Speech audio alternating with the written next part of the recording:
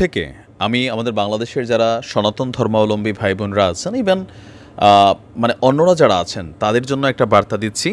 এর পাশাপাশি ভারতের যারা বিজেপির সমর্থক আছেন তাদের জন্য এখানে একটা বার্তা কানেক্টেড।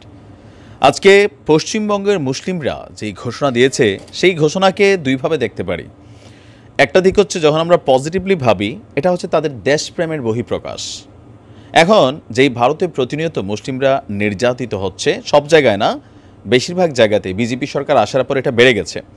নানান ধরনের ইসলামিক নিয়মকানুনগুলোকে সেখানে ভেঙে ফেলা হয়েছে। মসজিদ, মাদ্রাসা, দরগা এগুলোতে নানান ধরনের অভিযান চলছে, সেখানে মানুষ মারা যাচ্ছে। তারপরেও দেখেন ভারতের মুসলমানরা যে ভারতকে কতটা ভালোবাসে। আমাদের বাংলাদেশের সনাতন ধর্মাবলম্বীদের মধ্যে বড় একটা অংশ বাংলাদেশকে ভালোবাসলেও কিছু কিছু মানুষ আমার কাছে মনে হয় যে আপনারা ভারতপন্থী রিলিজিয়াস পয়েন্ট অফ ভিউতে। আজকে দেখেন মাত্র 15 মিনিটে পশ্চিমবঙ্গের মুসলিমরা বাংলাদেশ দখল করে নেবে। তবে যেহেতু আমি একজন বাংলাদেশি, সো আমি বিষয়টাকে রাষ্ট্র টু রাষ্ট্র ভাবছি। ভারতের এই ধরনের অধ্যত্বপূর্ণ কথা কোনোভাবেই দুই দেশের মধ্যে সৌহার্দ্যপূর্ণ সম্পর্ক সৃষ্টি করে না। দেখেন কতটা হেয় করে কথা বলছেন তারা, যে আপনার মাত্র 15 মিনিট লাগবে বাংলাদেশ নামক এই রাষ্ট্রটাকে দখল করতে। এই কথা কে বলছেন? যে তৃণমূল কংগ্রেস মানে মমতা দিদির যে দলটা আছে সেখানের মালদা জেলার সংখ্যালঘু সেলের সভাপতি টিঙ্কুর রহমান বিশ্বাস। সেই দেশে সংখ্যালঘু হচ্ছে মুসলিম সহ আর বাকি যারা আছে। আজকে সংবাদ সম্মেলন করে তিনি বলছেন 15 মিনিটের জন্য বর্ডারটা খুলে দেন, পশ্চিমবঙ্গের মুসলিমরা বাংলাদেশকে চট করে দখল করে নেবে।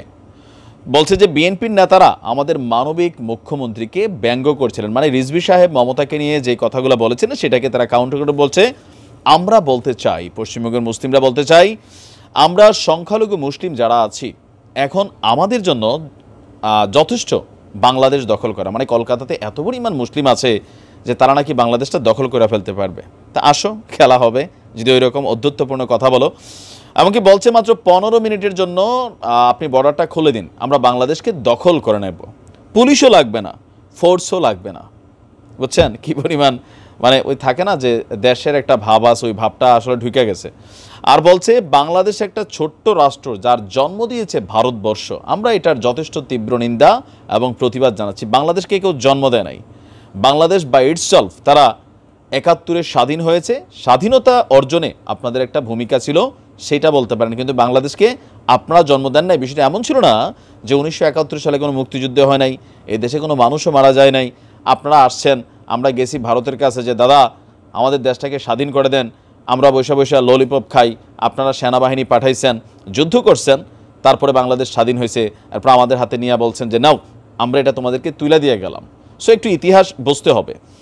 বলছে যে ওদের 7 লক্ষ শরণার্থীকে খাওয়া দাওয়া করিয়ে নিজের দেশে পাঠিয়েছিল ভারত। এই মুহূর্তে বাংলাদেশ রোহিঙ্গাদেরকে প্রায় 14 লক্ষ রোহিঙ্গাদেরকে কিন্তু আমরা খাওয়াচ্ছি। আজকে কত বছর তোমার বোঝা উচিত, এত বড় দেশ হয়ে যদি তোমরা 7 লক্ষ খাওয়াইছো খোটা দাও, তাহলে আমরা রোহিঙ্গাদেরকে কত লক্ষ পালতেছি, এটা বোঝা উচিত। হ্যাঁ, আচ্ছা, তারপরে বলছে সেই বাংলাদেশ আজকে যে জাতির পিতাকে চিনে না, মূর্তি ভাঙে, তার থেকে আর কি আশা করতে পারে অন্যান্য দেশগুলো। এখানে বঙ্গবন্ধু শেখ মুজিবুর রহমানের 71 সময় তার যে ভূমিকা ছিল সেটা অবশ্যই অনস্বীকার্য, এটাকে অস্বীকার করার কোনো সুযোগ নেই। দেশ স্বাধীনের পর ওনার বিভিন্ন রকম অ্যাক্টিভিটিতে বিতর্ক তৈরি হয়েছিল, আর যার কারণে তাকে প্রাণও দিতে হয়েছে। তো বলা হচ্ছে যে মমতা বন্দ্যোপাধ্যায় তার দলের সব নেতাকে নির্দেশ দিয়েছেন বাংলাদেশ প্রসঙ্গে মন্তব্য করতে বিরত থাকার জন্য, কিন্তু দলের লাগাম যে জেলা নেতৃত্বদের উপরে নেই, মমতার যে কন্ট্রোলিং নেই, সেটা স্পষ্ট হয়ে গেল। এই যে একটা স্বাধীন সার্বভৌম রাষ্ট্রকে এভাবে হুমকি ধামকি দিচ্ছে, যখন তাদের দেশ বাংলাদেশের মধ্যে একটা কোল্ড ওয়ার চলছে, দেখেন তারা কিন্তু একজোট হয়ে গেছে, তাই না? একজোট হয়ে গেছে। তা আমাদের দেশের হিন্দুদের উদ্দেশ্যে যে ভিডিওর প্রথমে বলছিলাম যে আমাদের মধ্যে অনেকে আছেন যে এইসব বিষয়তে চুপচাপ থাকেন, আপনারা মনে করেন যে ভারত আপনাদের মাতৃভূমি বা সামহাও কিছু কিছু মানুষের অ্যাক্টিভিটিস আমার কাছে এমনই মনে হয়। দেখেন তাদের দেশে মুসলিমদের যতটা নির্যাতন হচ্ছে, বি অনেস্টলি বলেন তো বাংলাদেশে এর 10 ভাগের 1 ভাগ আছে।